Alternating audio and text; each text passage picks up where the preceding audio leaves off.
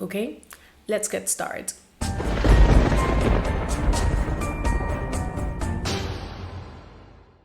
Hey horror freaks, welcome back to my channel. My name is Amanda. If this is the first time here, don't forget to subscribe and hit the bell icon so you can get notification every single time that I post a video, and I post every single week. As you can see from the title, today's video is finally my full review with spoilers of the latest version and the reboot of Hellraiser. The film came out on October 7 on Hulu, but because I was on vacations, I wasn't able to film my full review. My spoiler-free review is already available on the description box down below and on my website in case that you aren't interested in the spoilers that will be on this review, because as always, all my reviews are with spoilers. So if you don't want them, on the description box down below, there you're going to find my spoiler-free review, like I just said. Now, like I said, I know that it's been a while since the film came out, but I wasn't able to film this video until now because I just returned home last week. It's been a very busy week, but I can finally sit down and talk more in depth of my opinion on the film. Now, giving all that little talk and a little bit of disclaimer, let's get into the video. To give the summary of the plot, basically Hellraiser, it follows a young woman that is struggling with addiction that comes into possession of an ancient puzzle box, unaware that its purpose is to summon the Cenobites, a group of sadistic supernatural beings from another dimension. Now, I remember when this was announced back in 2018. It was around the time that I saw a post talking about this and the rumors that Pinhead was actually going to be portrayed by a woman instead of a man. Of course, since I had read the novel by that time, I knew that being a woman, it wasn't an issue for me because, in case that you haven't read it, basically on the book, Pinhead is genderless because of all the body modification that he had. When he was human, he was a man. But because of the body transformations and all that happens when you become one, you become genderless, and that comes not on the physical appearance but also on the voice, which was, in my opinion, one of my biggest concerns. I was very concerned about it, but just by the trailer I knew that everything was going to be fine. Now, this is a reboot. It was first supposed to be a remake of the film, but this one is more of a reboot of the film and a second adaptation of the novel.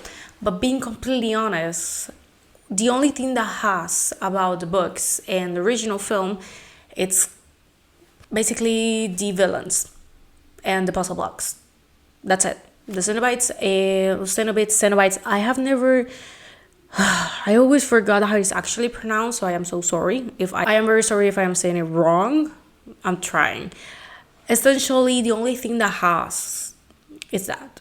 And like I said, the essence of the story, because here the main character is Riley. She is a drug addict that is in rehab. Not on like a rehab place like that, but at her home. She's living with her brother and his boyfriend, and she has also a boyfriend, but they don't live together. She lives with him because she has some fights with her brother because of her addiction, since she's trying, of course, to do rehab, but she's having a rough time. Now, the film opens with this man and this woman that she's bringing to him a box. On the inside, of course, is the puzzle box. Then we jump to his house and he's having a party, and this man is brought to a room, and on the middle we have the puzzle box. This scene is shown on a trailer. He is basically told to solve the puzzle box, and when he does it, of course, Pinhead and all the gang appears. We don't see them. We only see like the chains and him being dragged. We have the man doing kind of a ritual and talking to the sky, and that's it. But you're going to quickly notice that the puzzle box has a major difference here. It really changes. Like, it's not always just a box. Something that I do really like it about the film, it's the detail of the puzzle box has some other forms and variations, and they have a meaning that they are explained throughout the film, and they all have a purpose. Essentially, you need to do them all, but you can do them yourself because they're going to get killed. So you need to find someone else to do it for you. That is what this man is doing in order to get an audience and for you to ask something. And of course, we don't see the man like doing it, but eventually we see him and we know what he asked. So he completed his goal of finding people to do the puzzle box, and it changes like the, instead of being a square, it has like some sides here and looks more like of a diamond shape, and it's really cool. Like seriously, it's very cool, but still I wouldn't solve that. Very cute, no, I wouldn't solve that. So the film essentially has, as you can tell, the essence of the original story with some minor changes, but it's not enough for being better than the original. Now, I'm not going to give my usual summary of the film because, being honest, there's not much to say. Only that she finds the puzzle box, she tries to solve it, and in this film, the puzzle box is going to claim you by doing a cut on your hand. Like when you solve it, it's going to like take a claw and it's going to supposed to like, but it's very deep. Like it's not like a subtle cut, like it's very deep, and your blood is going to like mark you. She tries to do it and she's actually drugged, and she is under some drugs, and she does it, but the claw ends here. She doesn't get caught, meaning that she called basically Pinhead and all the other ones, but she thinks that is an hallucination. And Pinhead tells her, you need to find someone else. Like, if I can't take you, you need someone else. And we see the brother being kind of dragged by chains, but he's like dreaming, but we know that he's the main target here. He of course gets killed by them. And now we have the boyfriend, and now we have her and her boyfriend trying to look for him.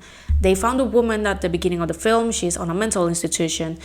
She accidentally gets caught with the box, so of course she gets killed also by Pinhead.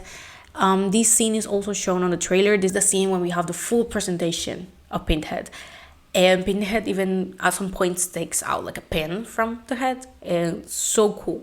Like, of course the film has CGI, but the practical effects are there, and I think that they were really good.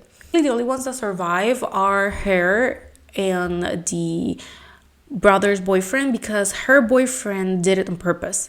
He made her find the box because he was helping the man from the beginning, because he wanted to change his wish. He had this box right on the middle because he asked it to like feel everything, like sensations will be the word, but of course is not what you actually want. Like, it has some gray lines. It's like asking a genie for a wish. Of course it's not always what we want. Like, so that's what happened here. So he's trying to redo it, and he kind of does it, and the end of the film is actually him becoming one of the Cenobites, and we see the transformation. Creepy as hell, let me tell you, but I actually like that scene, although it's the final scene. And the house that he built, that is the one that we see at the beginning, I really like that detail because it reminds me to the mansion of 13 Ghosts, since it's kind of also like a prison, and has like the details of the puzzle box on the outside, like with the design, if you want to call it. And at some points it kind of closes and open, creating like jail and or cages for the Cenobites, meaning that if you're in danger, you can like push a button, some walls are going to appear, and you're going to be safe. So that's what he did, and it reminded me a lot to the mansion of 13 Ghosts. So I think that was a really cool detail to see that. So essentially I like it, all those things about the film. But what I dislike it essentially is the story. I found it was boring. I didn't feel nothing for these new characters. I didn't feel interest. I didn't even feel sorry. Especially her boyfriend. I didn't feel sorry for him. Like, seriously, you don't really care. At least I didn't care about them. So if she died, I wouldn't have really cared. Honestly, the only one that really I didn't care, but I was kind of sad that he died, but I knew that he was going to die, was her brother.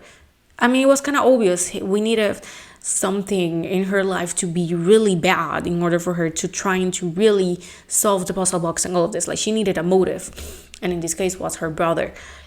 But I think that the story could have been a little bit different. If they didn't want to do the same story, that was fine, because we have seen reboots over and over. But I think that they could have done it better. So taking that, I think that the film is actually pretty good. This is way better than all the sequels that have been receiving in the last years. The last one that is from 2018, I have watched that only once, and I wouldn't watch it again because it's really bad. Like, for me, if I ever going to do a ranking of this franchise, I'm going to suffer because, in my opinion, Hellraiser is a very weak franchise. I really believe that only the first one, the second one, and this one are the only ones that are worth it. And in total, they are 11. I wouldn't rewatch the other ones. Like, seriously, it's not worth it. Sorry if this is your favorite franchise. I am very sorry. But I just don't like this one as much as others. But compared to all the other films that we have been receiving over the years, this one is actually very good. And I think that that's something that really helped it. Like, this one looked better than the other ones, although we didn't have Doug Bradley as Pinhead. I wasn't expecting him to come back after he not returning to the last two, so I wasn't expecting him to come back, although it was a rumor. And it was confirmed in 2013 that he will be returning, but of course, that didn't happen. So if I were to give a rating, I will give it a 3 out of 5 and a 7 out of 10. This is not terrible. I feel like it's a decent reboot. It's not the best one, but it's something good. So I really enjoyed this one. I have actually watched it a few times. I watched it when I was on the trip because I didn't want any spoilers, and I rewatched it a few times more over the week for me to like have a fresh mind on like everything good in my mind before doing this review. But essentially, I really liked the film. I was very excited for it.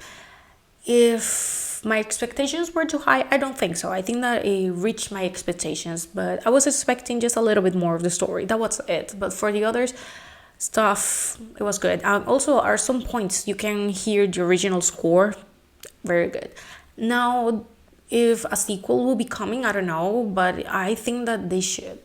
This is probably only one of the few times that I have think they should do a sequel. Like, it will be a shame to waste all these good new Cenobites that we have and Pinhead and these new puzzle blocks that it's amazing.